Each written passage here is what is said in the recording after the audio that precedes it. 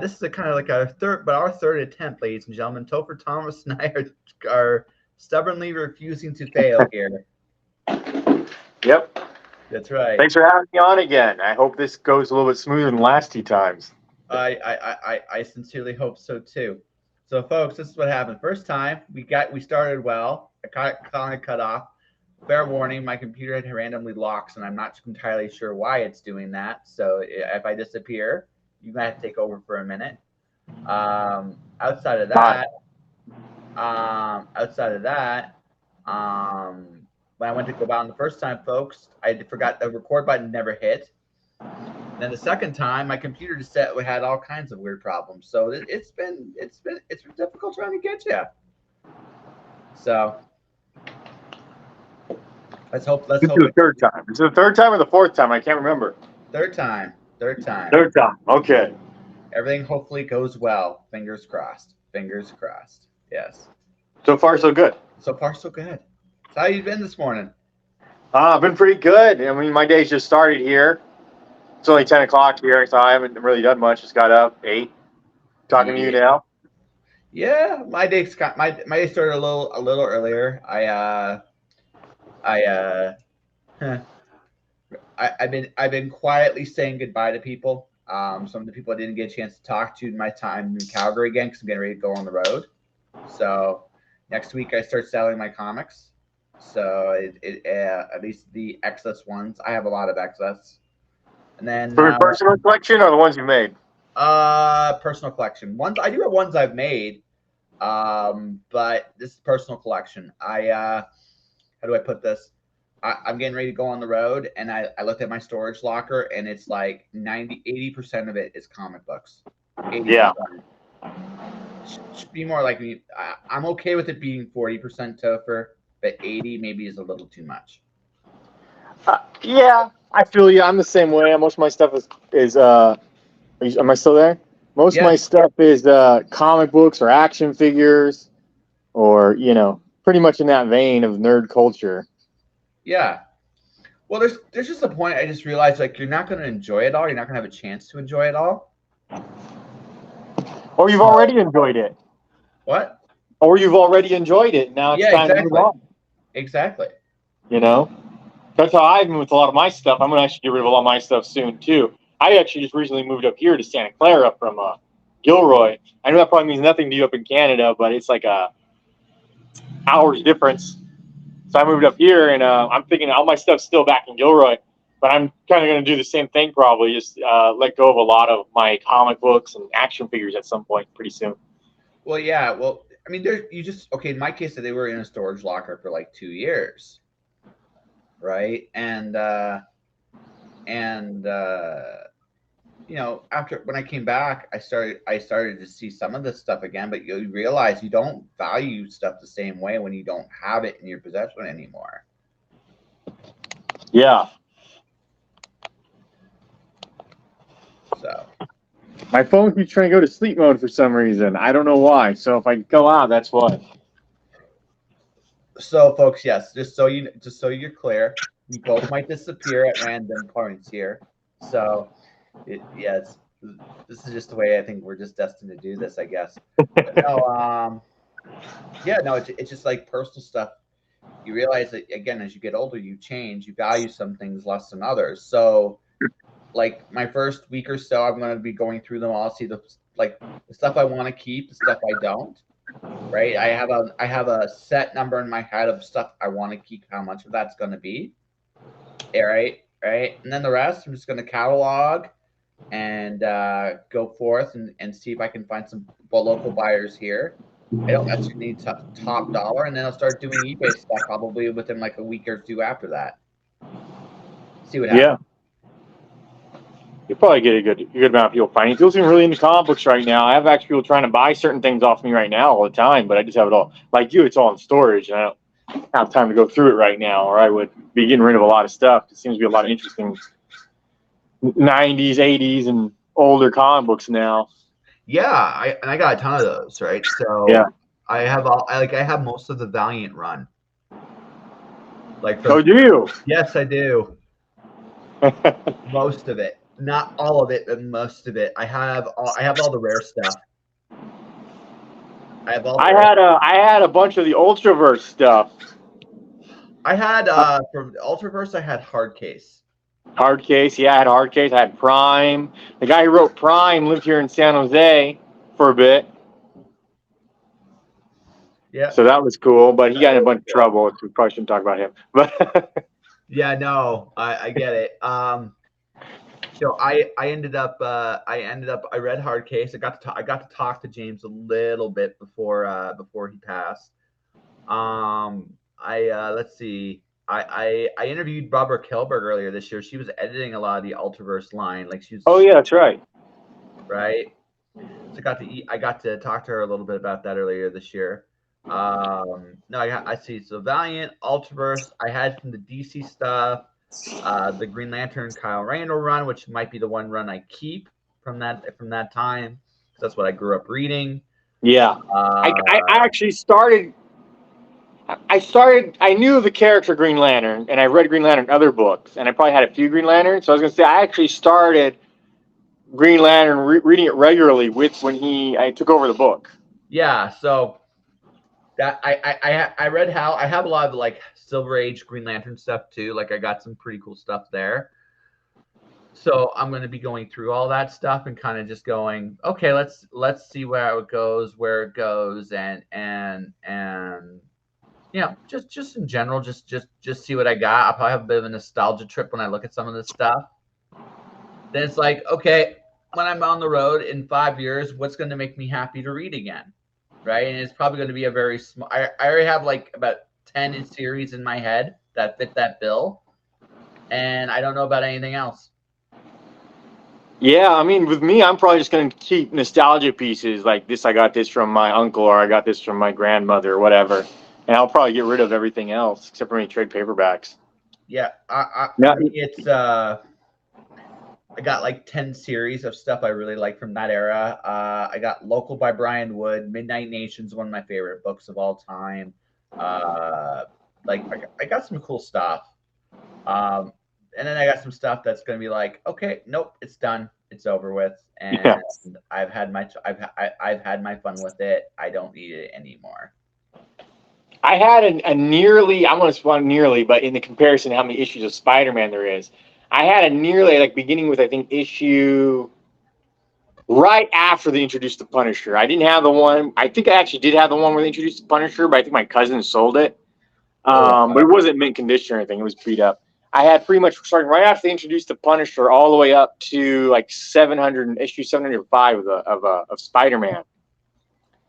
But I think someone got a hold of it. I couldn't find it when I was looking at my mom's place. I think someone might have sold it, which is unfortunate because that's a lot of Spider-Man. There's a lot of Spider-Man. No, Spider-Man.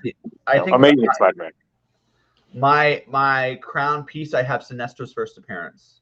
Oh, nice. It's beat up. It's beat up to shit, but I have it. Yeah, that's how mine are because I actually read them or got them from flea markets or relatives and stuff like that.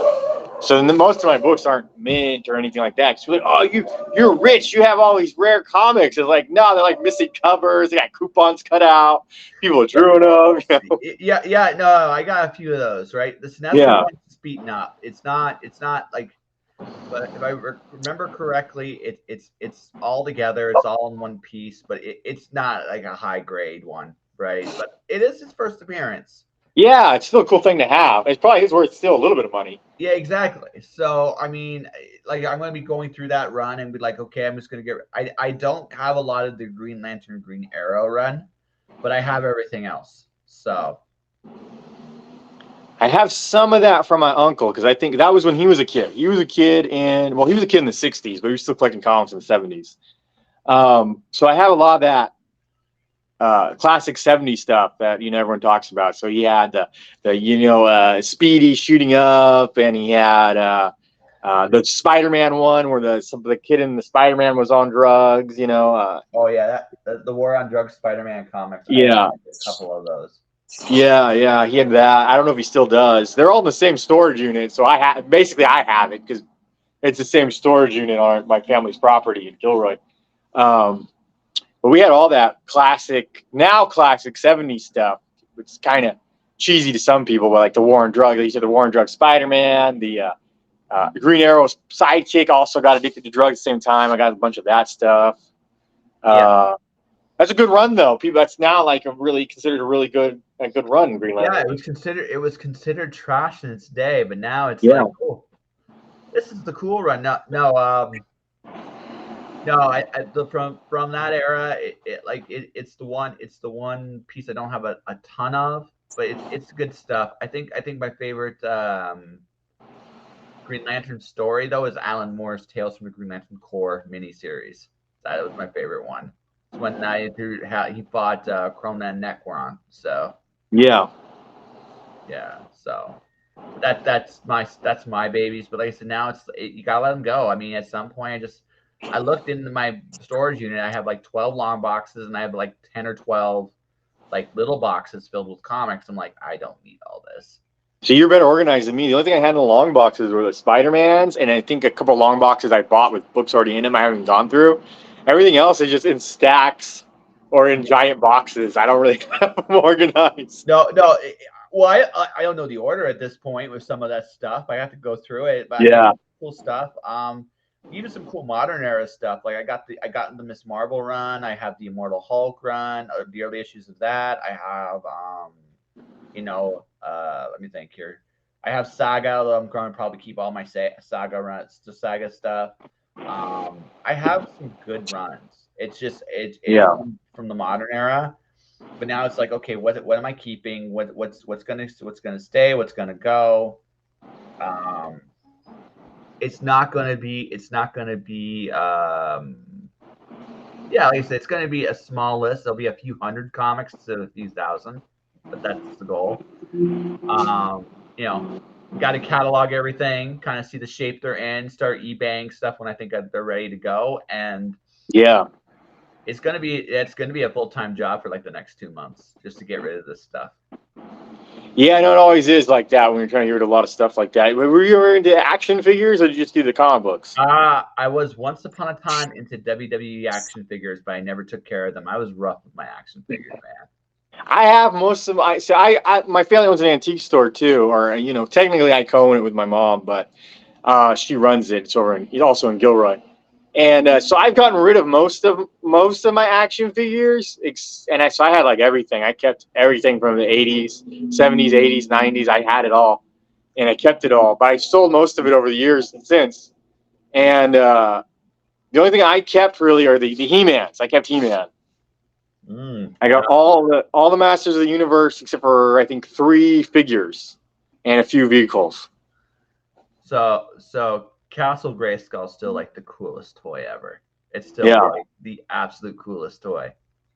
I did an interview with a buddy that did a toy run, right? He has a collection of toys. He refurbished some of those things, right? Oh man, he had like the most kick-ass Castle Grayskull I've ever seen in my life. It was like, damn, man, this was the shit back in the day, right? Still is. Yeah. It still holds up really well. It was a good toy line. Yeah, I got a few Castle Grayskulls. Got a few of them in the box. I'm really into collecting. That's my main thing I collect is He-Man action figures. So what He-Man cartoon series is your favorite? The original, but I was more into the toys and the cartoons. I like the original series. I thought it had a lot more depth. I know they tried with the 2000X series, but I thought it was like, I remember getting a lot of flack for this because everyone likes the 2000X series, the one from the early 2000s. Yes, it's underrated in my opinion. Yeah, a lot of people like it. I liked it. I didn't get too into it. I'd probably be my second favorite, but I thought they tried to give some of the characters too much depth. I feel like Skeletor doesn't really need a lot of depth. He should just be kind of a silly character and he should be there. But I appreciated what they did. well, at least here's the thing. Here's the thing. Whether you like it or you hate it, look, man, I'm not going to hold it against you what you like or don't like. That's entirely your thing, right? But the thing is, right? The thing is, you how do I put this? They tried something different. They didn't just rehash the old cartoon. They put some of the cool stuff from the old cartoon in there. But they at least try to tell some compelling stories with all the characters. But yes, Skeletor is the best when he's a little bit of a ham. Yeah. although my favorite comic book story with him, actually, like I think we talked about this last time, was him involving Superman. Oh yeah, yeah. And I always tell people this: He-Man canonically could beat Superman. Yes. It's on the cover. He could canonically beat Superman any day. Yes. And then Skeletor used Superman to beat He-Man, and then Yeah. Superman beat Skeletor. It was kind of fun. That was a fun. Yeah. Issue. That was a fun issue. So I remember That was that. a neat one. No, that's like, a rare book too. Now it's like it's kind of hard to get a hold of now because everyone's into He-Man right now. Oh, okay, cool. It wasn't. It was like easy. You get it from the quarter bin for years, and now you can just, now it's like $50 or more if you find it. Wow, dang. At least here in the States, I don't know. Well, I don't know if there. eBay is a beautiful thing, my friend, and eBay is everywhere. As long as I have address, I can email. And the fact that my dollar's worth, let's say, a joke, some people are gonna be like, "Oh, sweet, I'll give it to you for like a discount." I'm like, "Well, how about you just give me full price, but I pay for shipping because it'll be like a deal." Yeah. The shipping kills you nowadays, though. Shipping's as much as the things now. Yes, and I find that hilarious because I used to work for a shipping company. Yeah. Yeah. So, I was gonna say I liked the 2000X. I definitely liked it more than I just didn't like it as much as the original. I liked it a lot more than Space He-Man or the two new ones. I didn't hate the Kevin Smith one as much as everyone else did, but I definitely didn't like it as much. Did Kevin Smith go full ham? Yeah, this Kevin Smith one was interesting. I felt like, I don't know if you've seen it. Did you see the new one? No, I have not. It's worth watching. A lot of people, it got a lot of backsplash from fans, but I thought it was a little undeserved. But at the same time, I did not love it. I wasn't like, I love this. I'm a little so with Kevin Smith when he writes superheroes. I think some people either love his superhero writing or you just hate it, you know? He's 50-50 with me. He's 50-50. Yeah, that's what I was saying.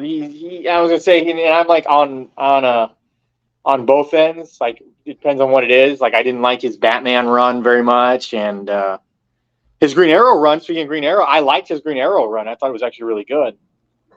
Gumball, there was no naked girl there. That was just one of my roommates.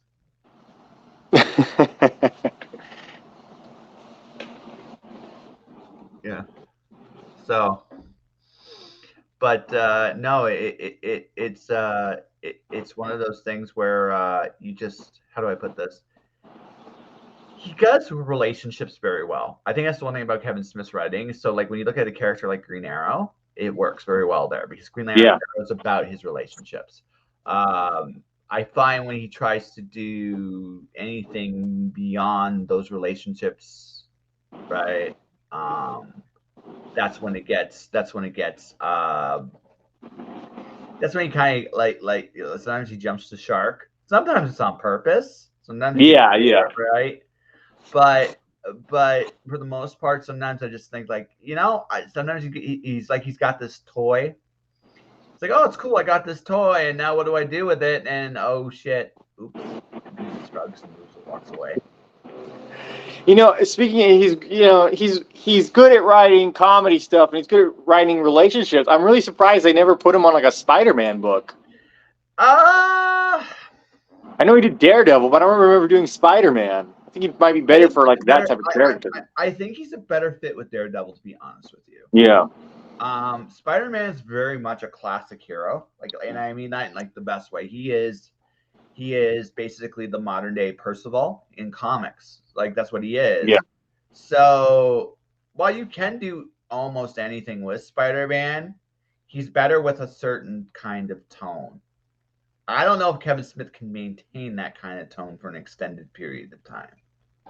I'm not saying he doesn't have a Spider-Man story in him. He probably does. Everybody does, I think. Well, maybe he doesn't. That's why he hasn't done it. But well, he did. He did his Spider-Man Black Cat run way back in the day. Oh, did he? I didn't know. Oh, yeah. People hated it. I remember now. Never mind. Yeah. Do you know the Dragon? I don't know the Dragon comic there, Gumball Shark. Yeah, that's right. He did a Black Cat miniseries, but that wasn't one of the main titles. That was a miniseries. No, but again, that fits him. I don't But know. you're right. I think that fits. I don't know if he could do a long form. Well, there's two reasons. I don't know if he can do a long form Spider-Man. I don't know how much the editors would have to beat him to keep him monthly. Like they would, I think literally an editor would have to come to his desk with a whip every day. It's like, give me some pages, you get your beating, right? Right? Yeah. Yes. They probably have to pay him a lot too because he does movies and stuff. It's probably expensive. Well, it's not. I think the pay again. Once upon a time, his name would have instantly drawn the money for the book. I just think the discipline, kind of like Jonathan Hickman today. Like when Jonathan Hickman does his own work, he takes forever, right? So that's just that's just something I've So is it worth the wait to get that book?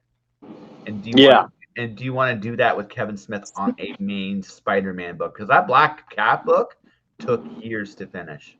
Yeah, that's right. I forgot about it actually until you mentioned it. I think I actually had it at one point, but I think we lost Josh. Let's see if he comes back.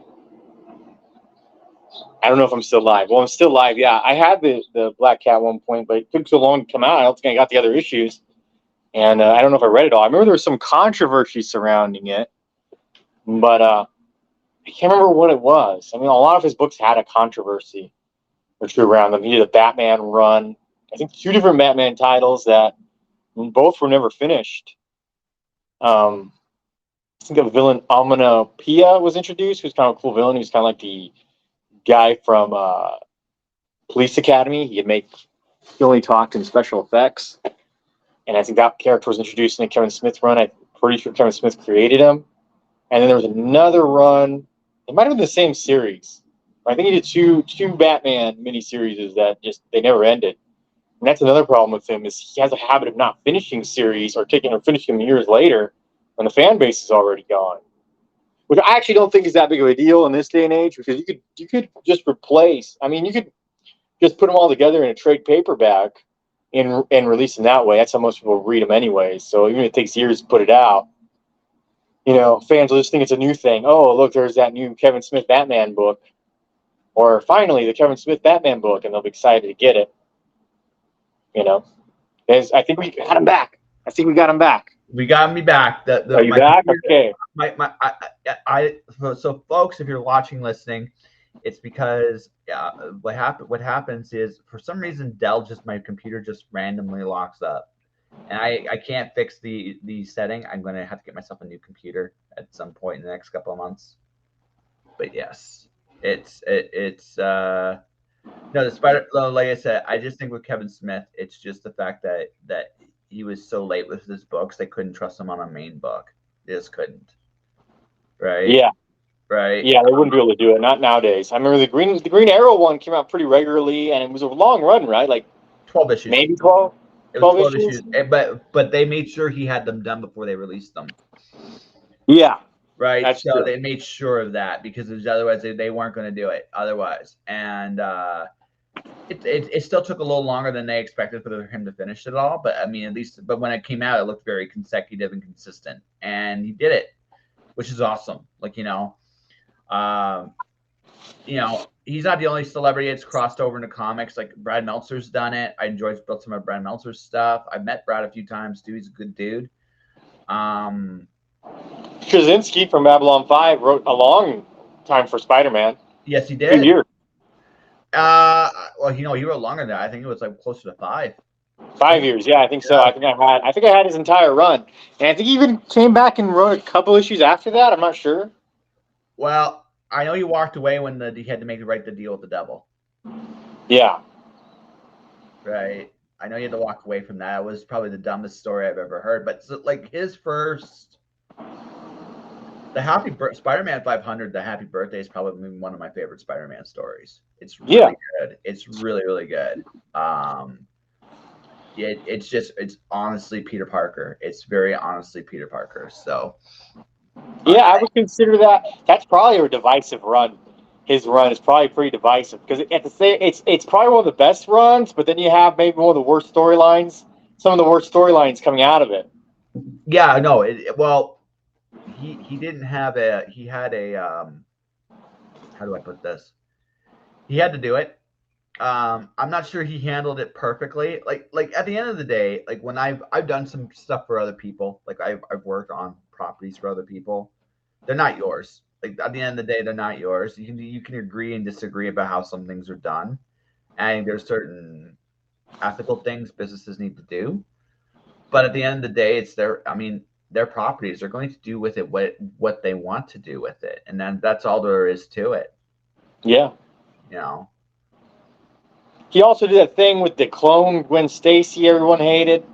Yeah, Clone that Gwen was Stacy. controversial. Although I mean, I don't think he should have touched Gwen Stacy either, but he was respectful. I mean, I'll give him that. Like he was very respectful, and that's all you can really ask. That's all you can ask of anybody.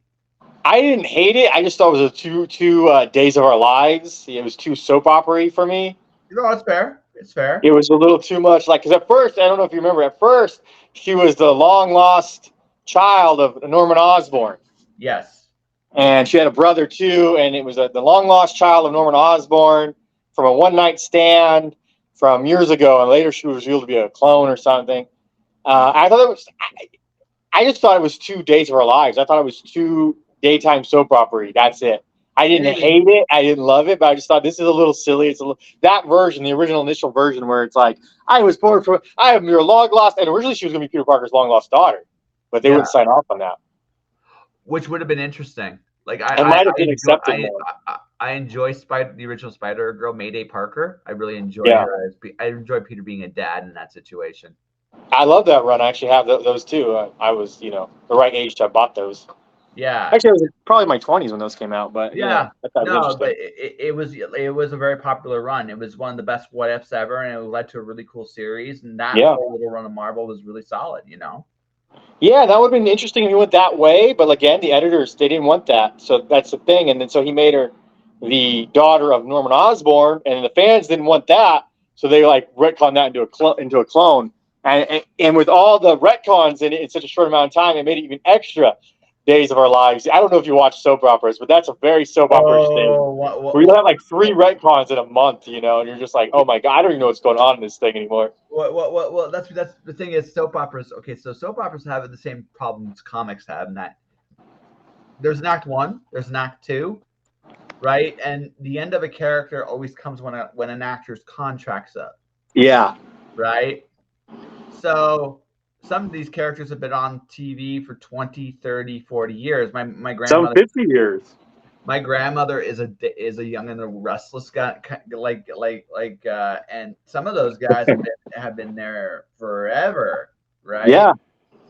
But here's the thing: if you were writing a series forever, right? If you're doing a series that long, you're gonna eventually become everything you despise, because you have to. You're like, yeah. Oh shit, we have to keep this going next week, 5 days a week. So what are we gonna do with the characters? I don't know. Well, all right, let's make them a clone. Yeah, and they do that, and they'll see, the thing about soap operas though is they're every day. Yeah. Where a comic book is monthly or bi-monthly or weekly if you count, like there's 4 Spider-Man titles. But a soap opera is every day, so you get more of these retcons, a lot more of them occurring than you do in a comic book. Because you have to. Well, you get like 5 in a row sometimes. Sometimes you'll just have a whole week where they're just constantly retconning stuff, Yeah, well, yeah, because again, this is like, okay, we got to keep this character going. Okay, Yeah. let's make him a clone. Oh, they hated that. Oh, let's make him, somebody's long lost daughter. Okay, we hate that. We're just kill him. Nope, they got to be back next week. Okay, right, and that's yeah. Right, and that's the whole thing, right? And that's how I felt about that character in the Straczynski run. Again, it mostly wasn't his fault. It was like you were saying, it's owned by someone else. They didn't like what he was doing with it, and then the fans didn't like what Marvel wanted him to do with it. So you had people didn't even know about her being Peter Parker's daughter thing because they didn't let him do that. But you had 3 or 4 retcons, and then there was another retcon, I think, where it was like he was. Norman Osborn was hypnotized. Like, he didn't even have anything to do with it. He was hypnotized. You look it up. He was hypnotized by Harry. Harry hypnotized him and made him believe all that stuff. But that was after Straczynski's run. That was recently. Okay, I haven't read anything after Straczynski's. Yeah. So after that was a recent thing. They had a thing where I think it was Harry. Harry came back and he had put all these speakers that put binary frequencies into Norman Osborn's head. So I don't even know if those characters are real now or what. Someone else would have to tell me because I only picked up that one. But just to see what the hype was about. But apparently Norman Osborn hallucinated most of the situation. Oh, okay. So they use frequencies instead of drugs. Okay. Yeah, maybe drugs too. Maybe some kind of gas was in there. I don't know. But it was all a hallucination. Or not all of it, because I think the character is still in books, the Gwen Stacy clone, but I don't know. So to me, that was all very, very soap opera-y. But I think he was one of the best runs. But like I said, some of the worst stuff came out of it, unfortunately. Well, yeah, it had its good moments and its bad moments, and that's every run ultimately. Like the best runs, every run has its terrible stuff. Now Spider-Man had some cataclysmically terrible stuff, right?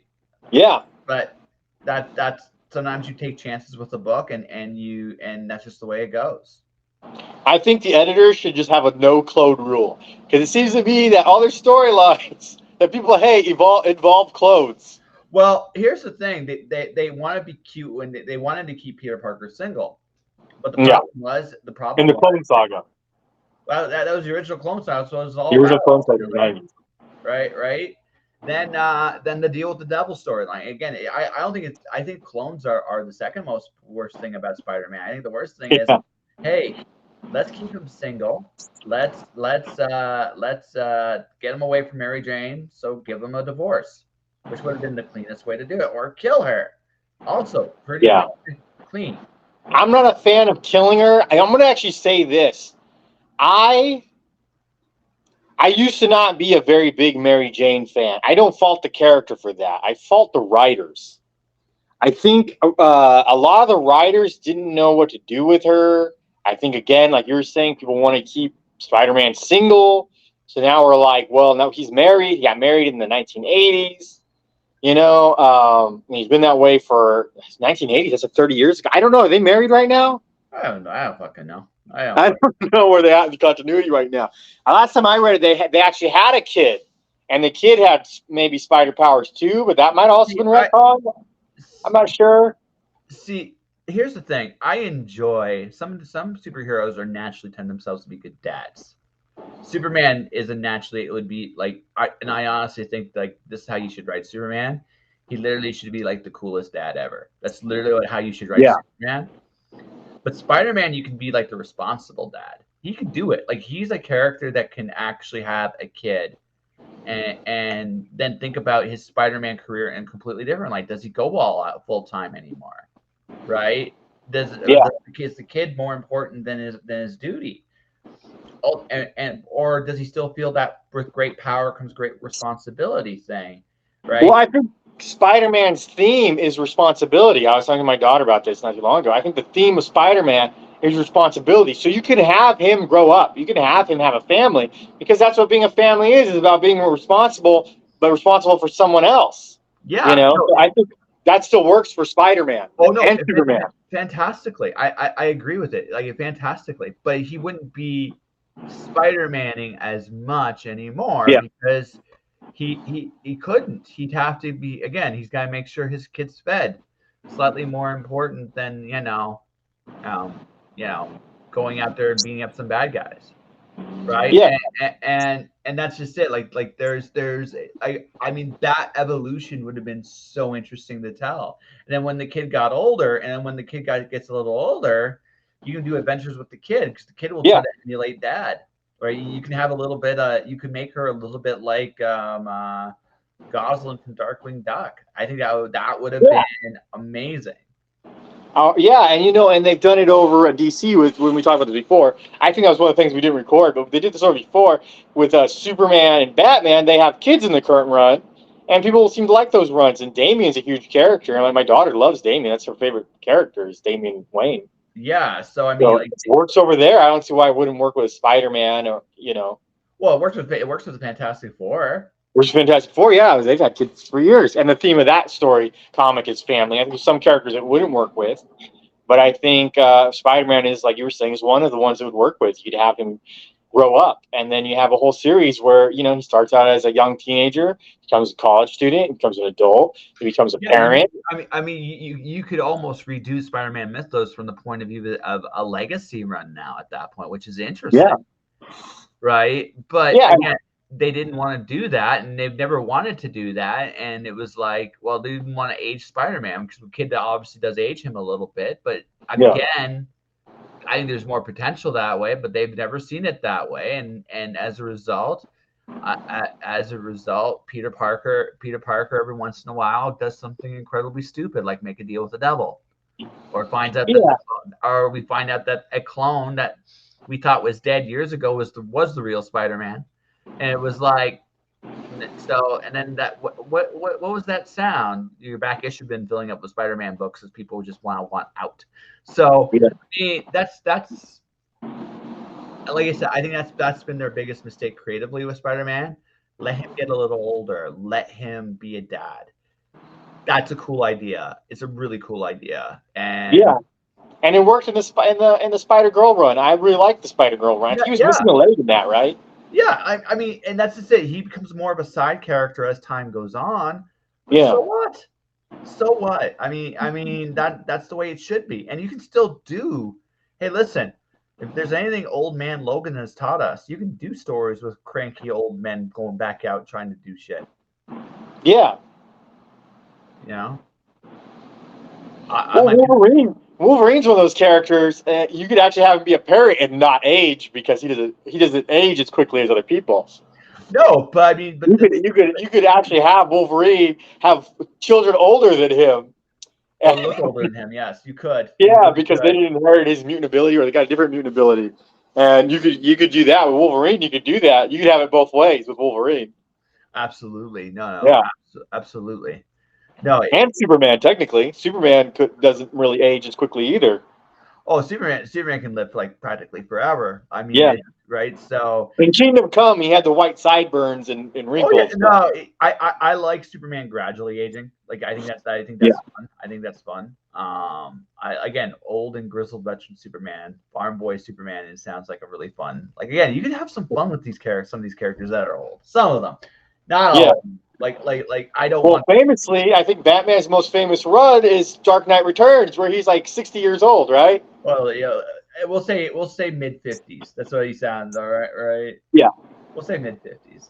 I think he's in mid-50s. I think Frank Miller on record said that when he shaved, when there's a scene where Batman shaves off his. People who haven't read Dark Knight have no idea what I'm talking about. So it probably sounds silly.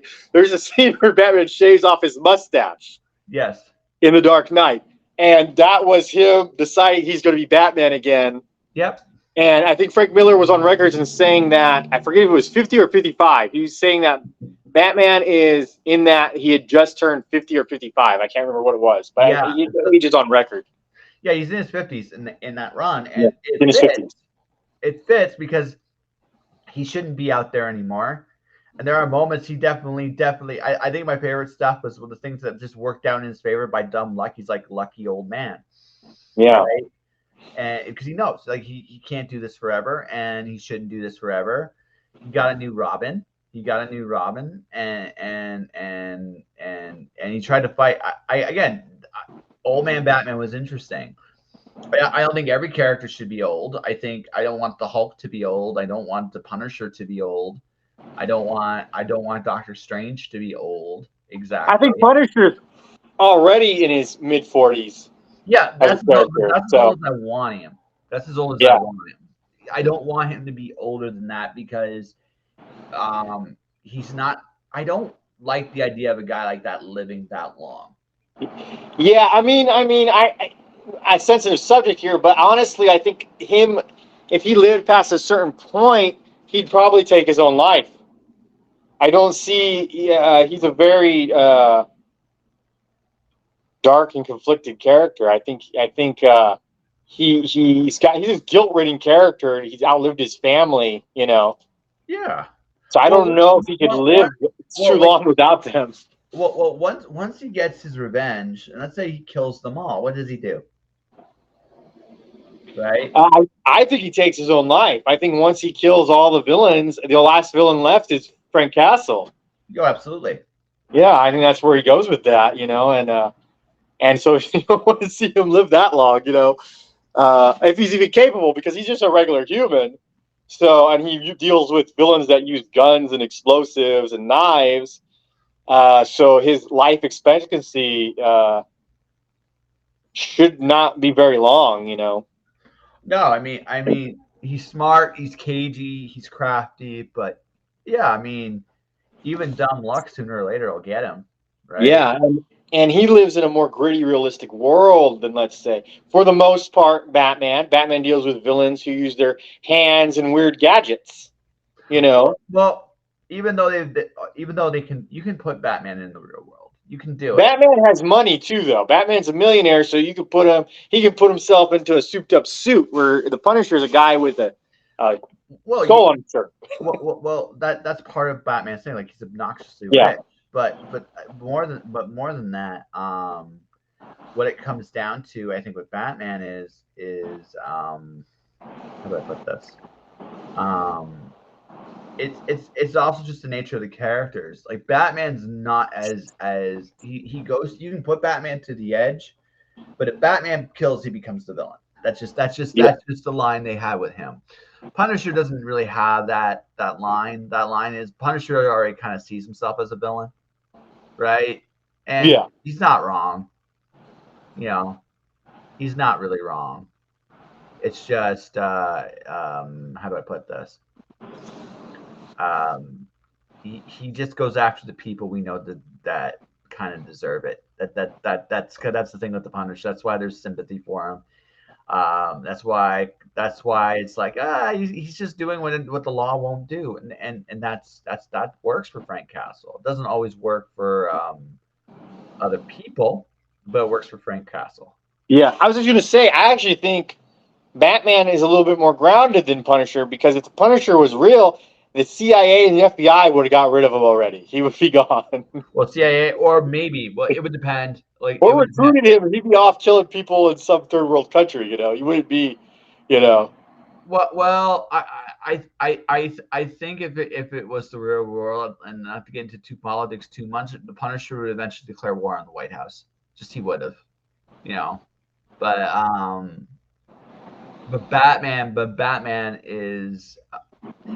Batman's more flexible. You can put Batman in goofy stories. You can put Batman on grounded stories. I think my favorite Batman is Batman the Detective.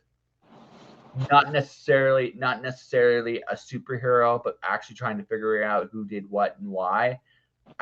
Is my favorite Batman stuff. And that's how I see Batman. He's like a advisory detective to Gotham City, almost like a Sherlock Holmes character, science fiction Sherlock Holmes. So I could see him being in the real world, without too much hassle from government agencies. Maybe a little bit because he wears a mask, but I don't really, he's not going around killing people or.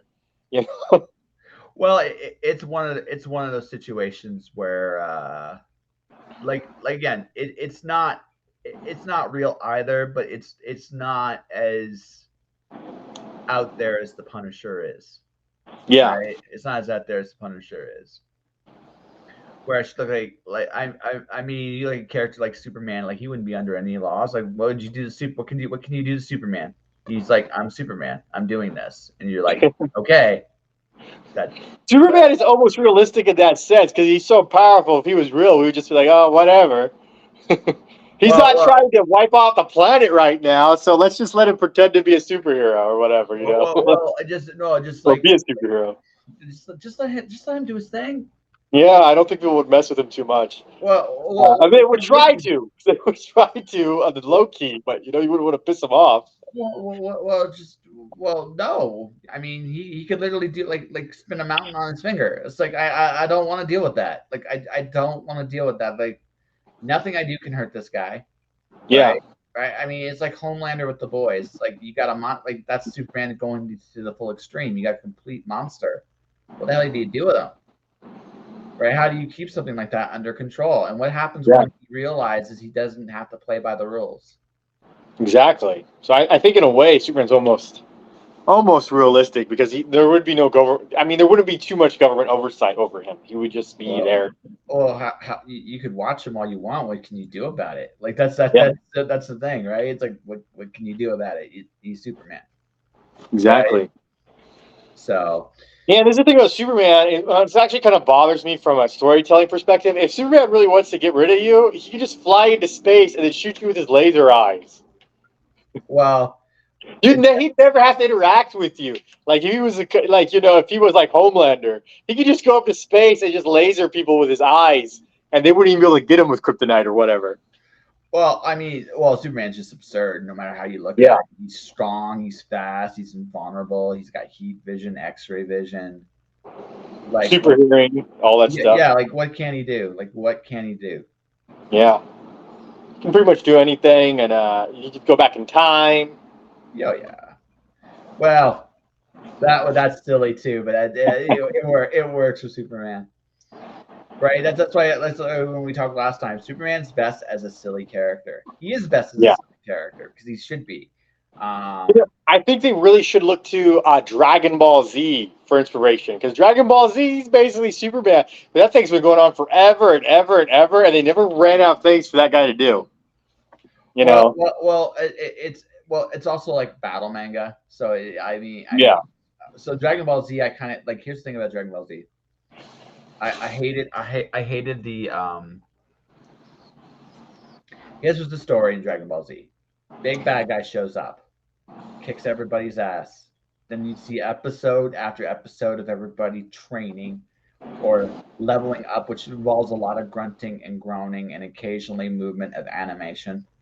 Yeah. I think what made me check out of Dragon Ball Z was it's during the Frieza arc. So there at the end of that, so I put up with so many absurd transformations from Goku, Yeah. Frieza, and Gohan, and all that shit. But what took me completely out of it was planet's going to explode in 30 seconds. That took 5 episodes. Yes, I remember that. Yeah. I remember that. So I thought now you might be able to get one out of it. Like you can get one good episode out of that. Not 5. You can't get 5. You really can't. No. Yeah, it's very silly, but that's what I was gonna say. Goku and all it's very silly series. They don't take it. It doesn't take itself too seriously. Well, no, not too seriously. But I gotta have a little. How do I put this? Yeah. The pacing has to at least be consistent. The pacing is definitely off on that one. Yeah. The pacing has to be at least consistent. So, I look at Dragon Ball Z. Wow, we're talking about Dragon Ball Z. We're old. But no, I say it like this. I look at Dragon Ball Z and I kind of look at it like it is fun. So I watch a more modern battle anime called Fairy Tail. Oh yeah, I watched Fairy Tail. I watched the entirety of Fairy Tail because that was my daughter's favorite anime. She loves Fairy Tail, so I've seen every episode of Fairy Tail. Oh no! Fairy Tail's fantastic. I love I love it. I know it's really good. I also watched his earlier Rave Master. Haven't seen Rave Master, but I have seen Fairy Tail. Yeah, Rave Master I think was his earlier work, but they made it into an animation kind of the same time as Fairy Tail. But my daughter's super into the manga and anime, so I had to watch both of them all the way through. So. Okay, so for manga right now, I love Spy X Family. That's my favorite show right now. What is it? Spy X Family. Oh yeah, I haven't seen it. Yet. Okay. So it's bad on purpose in like the best way. It's about a secret agent that has to get into like this school. He has to have a fake wife and kid. So he finds a fake wife and kid. The wife is secretly an assassin. He's secretly a spy, and the kid can read minds. Okay, and then they have a dog. Yeah. And then eventually they get a dog that can see the future. Which interesting. Yeah, so nobody knows anything but the daughter. Nobody knows anything but the daughter, which is hilarious. It's hilarious how she puts shit together. It's funny and it's charming because in the process of them pretending to be a family, they're actually slowly becoming more of a family, which is I think is very it's awesome to watch. It's very, very fun.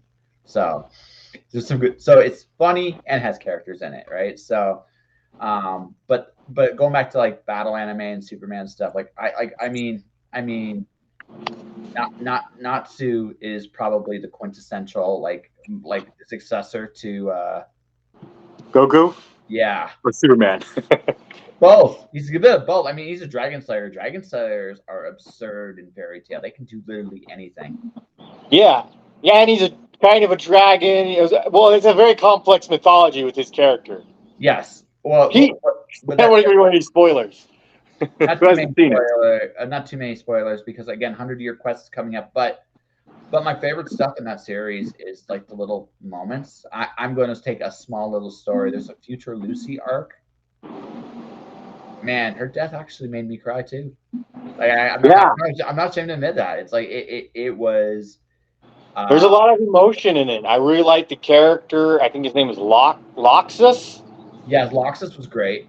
Loxus, and he has this sort of confrontational relationship with his grandfather, and they have to come to terms. So originally, Loxus is sort of a villain, anti-hero, and his grandfather's kind of like a Professor X character. For people who haven't seen it, he has they all live in his place.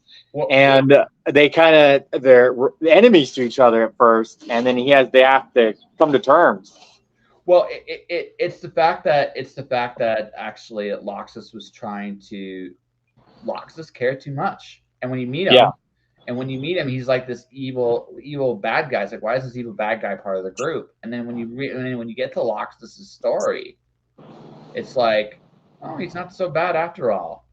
Yeah, right? He's not so bad after all, and that's the feeling you get when you deal with Loxus, and when he comes back later in the series, he's not in every episode, but the episodes he's in, he's almost like,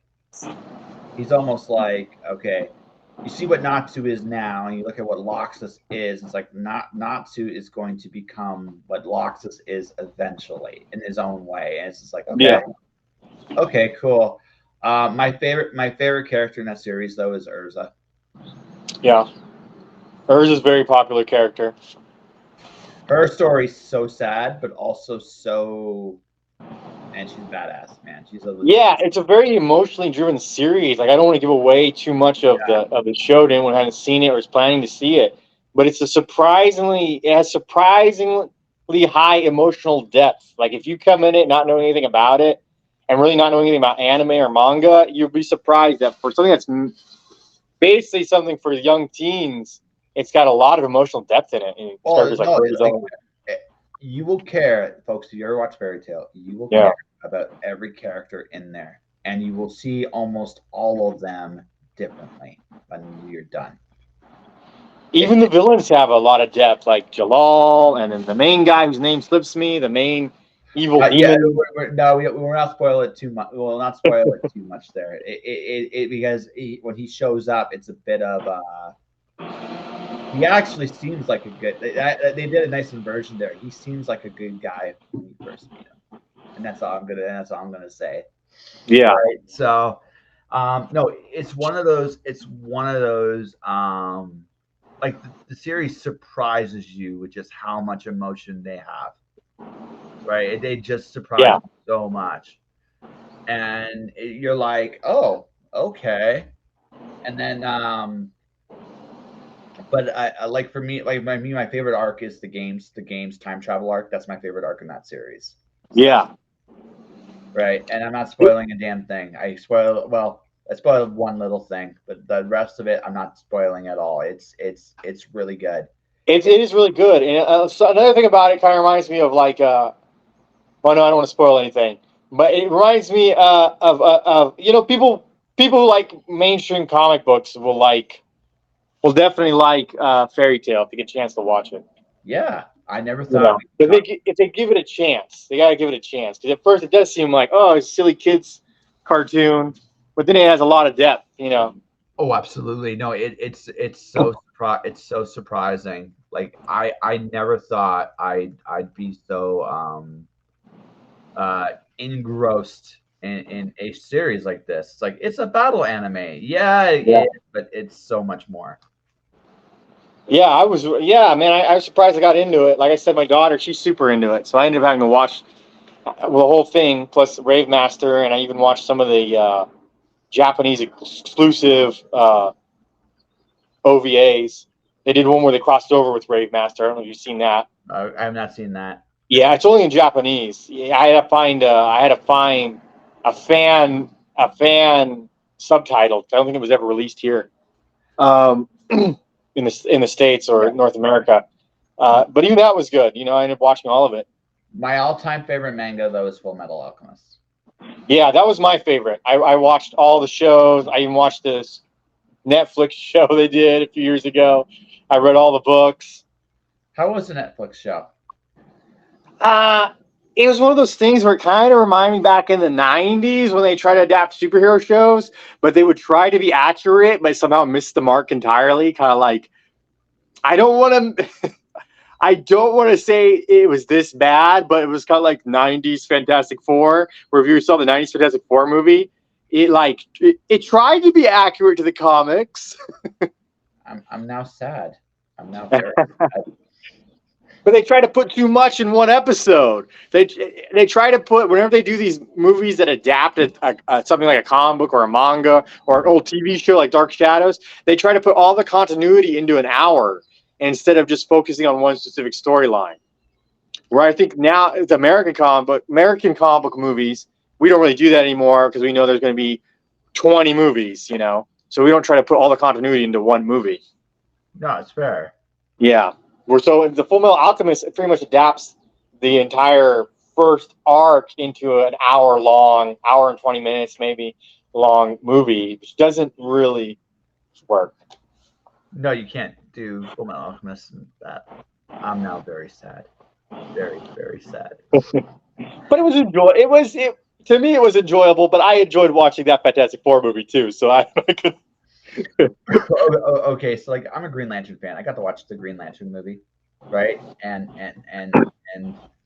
it hurt a lot. Yeah. To watch that. Green Lantern, I couldn't make it through. I have to say that was not one of the ones where I would still enjoy it. I actually couldn't watch it. I actually turned it off. I tried to watch it 4 or 5 times now. It hurts. It really hurts. Yeah. Because I want to. Like there's like cool mythology. Like Green Lantern's a science fiction space cop show. There's a lot you can do with that. Right? Yeah. Jordan, the new comic that just came out is really funny. Is really, really fucking funny. Because it's Hal Jordan, a fish out of water coming back to Earth. And it works very well. It's like so many things you could do with it. And what did they do? They force fed everything. They could have just done like Hector Hammond, just Green Lantern versus Hector Hammond with a small cameo from Sinestro. That's all they needed to do for the first movie. That's it. It would have been good. No, they didn't. They that was like the first 20 minutes. And you're like, what the fuck? Why are you going so fast? Right? Yeah. That's a good example of them doing shit like that. Yeah, it's like that could have been the whole movie. Yeah. So by the end it was like I had a buddy of mine come in and he goes, "Oh man, they did you bad." It's like, yeah, they did. Yeah. They did. They really, really, really did. And it hurt. It hurt so bad. And it was like, there's never going to be a Green Lantern movie again. There just won't be. And not for a while. No, it's been a long time, and it's going to be longer still because you can't. You can't. And I'm gonna have like flashbacks. I will be like it will be the superhero movie. If another Green Lantern movie comes, folks, I will put myself in the theater, and I will cry a little bit before we start, just get my tears out of the way. I mean, you got to think. Look at all the bad Fantastic Four movies and all the bad Punisher movies before either of them. I mean, there still hasn't been a good Fantastic Four movie, but before there was even a good Punisher anything. They had to go through several movies. Yeah, and I mean, Fantastic Four hurts too, but that's slightly different. That's slightly different. Well, they're more well-known mainstream for some reason. I don't know why everyone seems to know who the Fantastic Four is. Yeah, I'm not sure why, because they've never had a successful film or anything really outside of comic books. But it seems like everyone knows them a lot more than Green Lantern. Yeah. So the thing is, Fantastic Four's been around a long time. It's Stan Lee's baby.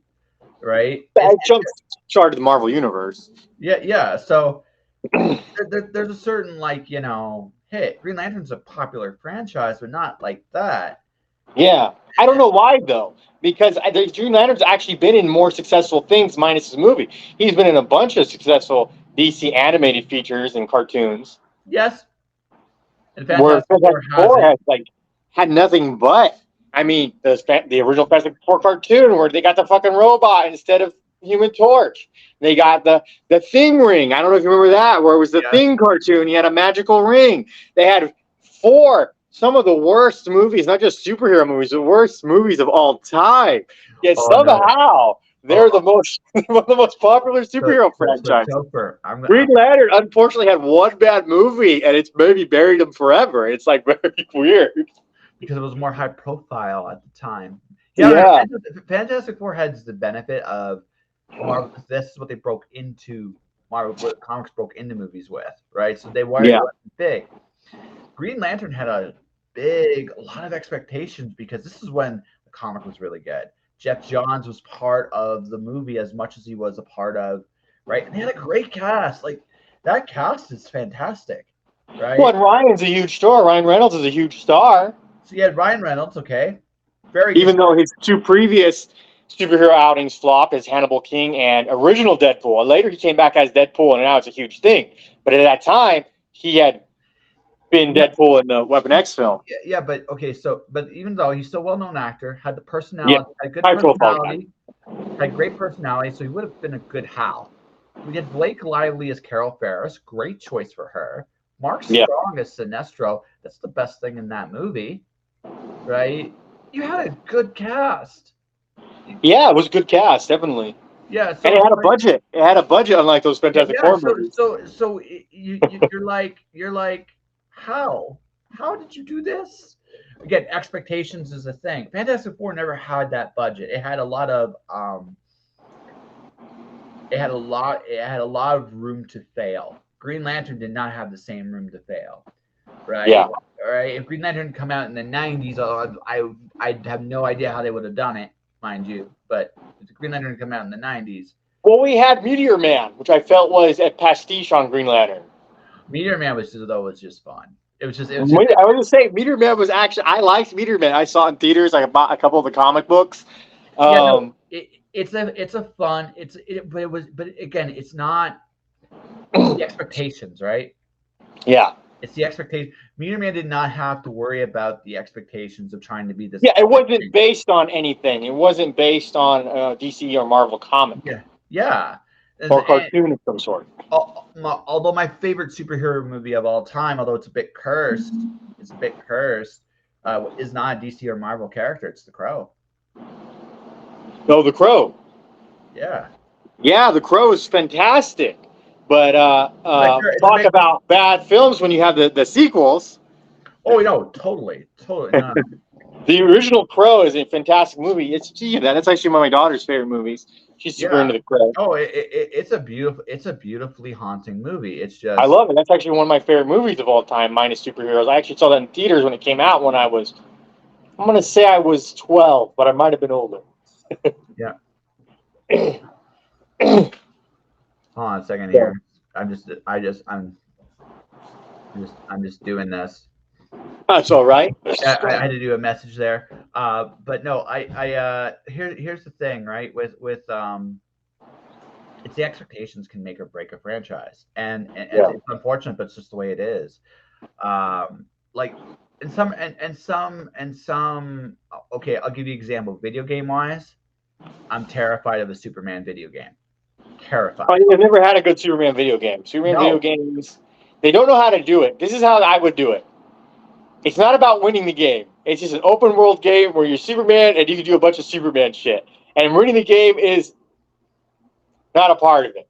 Yeah, no, you know what? It might work. That might work. But and you just go around and you get the experience being Superman. But the thing is, make it for Oculus. Yeah. But Topher, at this point, if I see a Superman cartridge, I cringe just a little bit. Because you and I both know they fucked it up so much. There's a little PTSD of, oh no, they're gonna do it again. They're gonna take this character again and ruin it. Yeah, I never understood, and they always give him these weird fucking power-ups, and his energy will run out. I said, that's not even how Superman works. Why are they doing that? I played the original, some of the original Superman. There was one, I forget what it was. It might have been for Atari. It was from above. The Superman just flies straight, and you just shoot lasers out your eyes. That was might have been one of the least bad ones, to be honest. The Death of Superman is the only good game I can. The arcade game, it was arcade style. I don't remember if it was in the arcade. Yeah, it's the only good one. It doesn't really have Superman in the game very much. You fight Doomsday. Yeah. And you become the one, and then you take over becoming the four others. One of the four Supermen. And then there was the bad ones. I played the one on the NES. That one was horrible. Yes. I played the one on Nintendo 64. Which was famously horrible. No. Yeah. Topher, just for that, I want to give you a hug. I want to give you a hug. We should do a podcast. I don't know how to do it, but we put the script. We should play all the bad Superman games on a podcast. I'll tell you what. When I go on the road, I go on the road and we meet in person, if you want to do that, we can set it up in such a way where we film us playing Superman and film us hating ourselves just a little bit, just for doing this. Yeah, I think I have an emulator for the N64 one. I did have the original one, I believe, but I don't have any games anymore. But I do think I have an emulator for it, and I have the controller. So if we can figure it out, we should try to play it. So, folks, if I go see Topher, we'll do it, and we'll see if we can get to level. We'll see if we can get to level 2, because this is how bad this game was. If I remember right, it's almost impossible to get past. They have a training thing it starts with where you have to fly through these rings. Oh no, that's the horrible part, Topher. This is you can't get past that. That's impossible to get past. No. You can get past it. But here's the thing. This is the horrible. This is the terrifying part.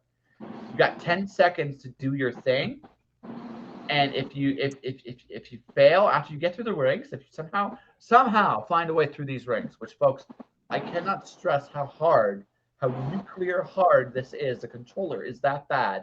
Okay. You have 10 seconds to save people. Right. Yeah. And if you it's incredibly difficult just to get through the thing that tells you how to play the game. Yeah. The tutorial. I haven't told them the best part yet, Topher. If you fail saving people for the 10 seconds, you go back to the rings. And I'm telling you, folks. I'm telling you, we'll all just to save you some pain. Getting through the rings once is a goddamn miracle. Just once is a miracle. Twice might be too much. And if you haven't lived through this era, this game was delayed a bunch of times, but it was super hyped. It was supposed to be like, this is going to be the greatest Superman game of all time. And we really focused on the flying mechanics, because in the previous Superman games, he didn't really fly that much, or there was like some weird, you only had a level where you flew or whatever. And so they really hyped it up. This is the first time, I don't even know if it was true, but the first time you'll really get to fly as Superman. And then it had the worst flying mechanics you could imagine. Yeah. After being hyped for about 4 years, this horrible Superman game. It hurt. It hurt a lot. Okay, let's go. First off, a couple more things, and let's wrap this up, because we've gone well, and I don't want to jinx this, Topher. I want to ask one more question to you, though. Okay. Are we recording? Yes. Yes, we are. Yes, we are. Because we did this before, and we weren't recording, but it's understandable. You had to switch computers. Yes. So I had to switch computers, and now I have this one, which we are recording. Okay. So we are recording, folks. We are recording. So yeah. So, ladies and gentlemen, this has been fun. But two things left, and we'll call it a day. First thing is, like we mentioned this last time off the air, you got to bring this up. Your daughter is now a pro wrestler too. Yes, my daughter is a pro wrestler. She's going to debut next month. She's been training here at Takedown Arena in San Jose under James Calderon, who actually helped train Bailey in the WWE. Bailey's actually here from our hometown of San Jose. Nice. And she actually came down and talked to my daughter for a bit. And I thought that was really cool and exciting. And my daughter has this persona as a ninja, so this will be her first match next month here in San Jose. What's her finish, if you don't mind my asking? I don't think they've come up with one for her yet. I think they're working on that right now. She should, if she's a ninja, she should like put people to sleep. Yeah, some kind of sleeper hold, maybe. I don't know. I'm not sure. I well, because again, she's taking people out, so she either has to have this really devastating looking move or a powerful submission. Yeah, I don't have to talk to her trainers about that. They might already have something lined up for her, but I'm not sure. Well, I didn't even think about it. I was so excited about her being in the ring. I didn't even think about the finisher. Yeah, I was curious if she had one. I had. I'll have to ask. Yeah. So, ladies and gentlemen, the thing is, finishing moves are important for a wrestler for a few reasons. One, if they can make you, they can make your character a little bit like the finisher should reflect your character at least a little bit somehow, some way. Right, because it adds to your, again, wrestling has a theatrical component, so there should be a bit of a story to what you're doing in the ring, right? And then the second part about it is right, you want something, especially someone, I'm sure she's good because she's probably been doing it for a lot longer than her official training. Her dad wrestles. You're like, Daddy, show me a few moves, and you're like, I was working with her since she was like 6. So so basically, she's probably better than she'll be better than you in a couple of years. I'm just joking. But I saw them working on sleeper hold, so maybe that's what they were doing it for. Well, yeah, because it fits. It makes sense. Ninja puts you out, right? At that, right? Yeah. Right? I was thinking you were like pressure points, like Zeta.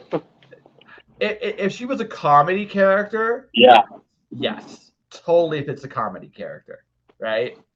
But if she's serious, no.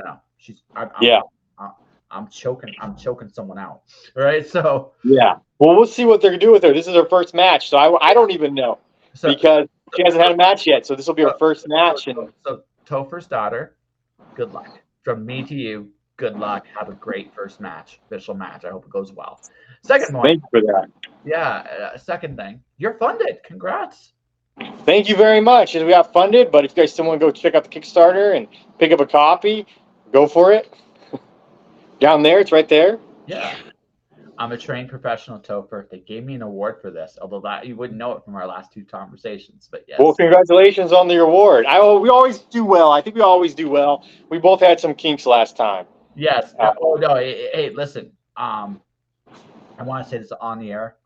One of the other reasons besides your Kickstarter I wanted you back is I've been doing, as you know, I'm hitting 1,000 very, very soon, and you are officially 957. Although after the number of attempts, it's more like 960, but that's okay. I was just saying, technically it's like the 3rd time. So So, but I just wanted to say, man, it has been a pleasure meeting you. Good luck with everything you're doing. We didn't go exactly what we said we would do last time, but that's fine. I always enjoy chatting with you. And if I'm in your neck of the woods, want to do this again? Yes, we'll do this again. In person. Did you want to talk about the stabbing thing though? I don't think we recorded that. No, we didn't. But you know what? I think because of just the nature of how this conversation has went, we don't need to do that this time. I think what we should do, when I see you in person, we'll do the story. And then maybe you can teach me a devastating wrestling hold of some kind. Yes, if I'm in shape again, because I'm injured right now. But it'll be a few more months down the road. Hey, listen. Yeah. You can choke my ass off on the air. I'm sure there are people that would actually like to see me go to sleep sometimes. Shut up, John. But dude, okay, so give people. So I think we have an interview here, good sir. What do you think? I think it was a great interview. All right, so let's do this properly. Give people the pitch about your comic, I got the link up where they can find it, and then anywhere else. Let me know anywhere else you want people to find you at. Well, you can find me on Instagram or Facebook. And if you just look my name, Chris Perguidi, I'm the only Chris Perguidi. If you need to find me on any social media, that's how you find me. We just launched this comic book, American Alchemist. We had a lot of big-name comic book stars work on it. We had Mike Dubish, who worked on the original Aliens versus Predator. Dira Verma, who this is the last storyline that he did before he passed away of COVID in 2020. He worked on Transformers, G.I. Joe, Conan the Barbarian, Iron Man, a lot of huge things. It's the last thing he ever did. We had Anvu, who was on your show last time. So a lot of well-known artists are in this on the series. The series is anthology called American Alchemist. It's in the vein of the 1980s heavy metal magazine. So you have a lot of short stories in there. We hope to continue it for at least 5 issues and more if it's successful. But we have 5 issues already laid out. The first issue, the lead story, is about my character, Erica America, who is a Native American warrior whose father was America Vespucci, hence the name. And the first story, her father makes a deal with a demon, your favorite storyline. Her father makes a deal with a demon, which ends up giving her, I'm not going to say superpowers, but superpowers, extra capable abilities. And she travels. The first story in the book is about her traveling to Italy to find her father, where she encounters Pope Julius II, who sees himself as the reincarnation of Julius Caesar and is trying to reignite the glory of Rome. So she has a battle with him and crosses over with underground comic book character Demi the Demoness. So, and then the second story in it, there's maybe about 4 stories in it. The second story in it is about me as a pro wrestler, and is basically a slice of life comic book. But my life is very interesting, so it covers in-ring combat as well as me being stabbed while playing Pokemon Go here in San Jose and fighting off my stabbers and getting permanently scarred on my face. So it'll be an interesting first issue. Yes, it will be. And folks, I promise the next time Topher comes on the show, we will tell that story in full detail. We just ended up I didn't think we'd end up talking about Fairy Tail and Dragonball Z as long as we did. Me either. Yeah. But that's why these conversations are so fun. All right, folks. First things first, definitely check out his Kickstarter. It's still going on. I'm talked to the boss of this podcast. He's a bit of a dick sometimes. He does screw up, but he does try to keep his word, right? And it'll be the next. This will probably, if you're listening to this, this will be episode 954, not 957. So definitely check out when you listen to this. You're finished. If you like what you've heard, check out his Kickstarter. Honestly, he's got some really cool stuff. I'm a big fan of Anvu personally, but he's got a lot of talented people there. My Patreon is officially up and running. I am releasing, if you want to know what I'm doing post episode 1000, right? I am well on my way to doing this. I have figured out what the new show is going to look like. You can go watch those episodes now before they're officially released. $5 gets you basically a monthly membership. I also put drawings, and I'm probably going to put some kind of serialized story up there. I'm still kind of putting that together as it goes.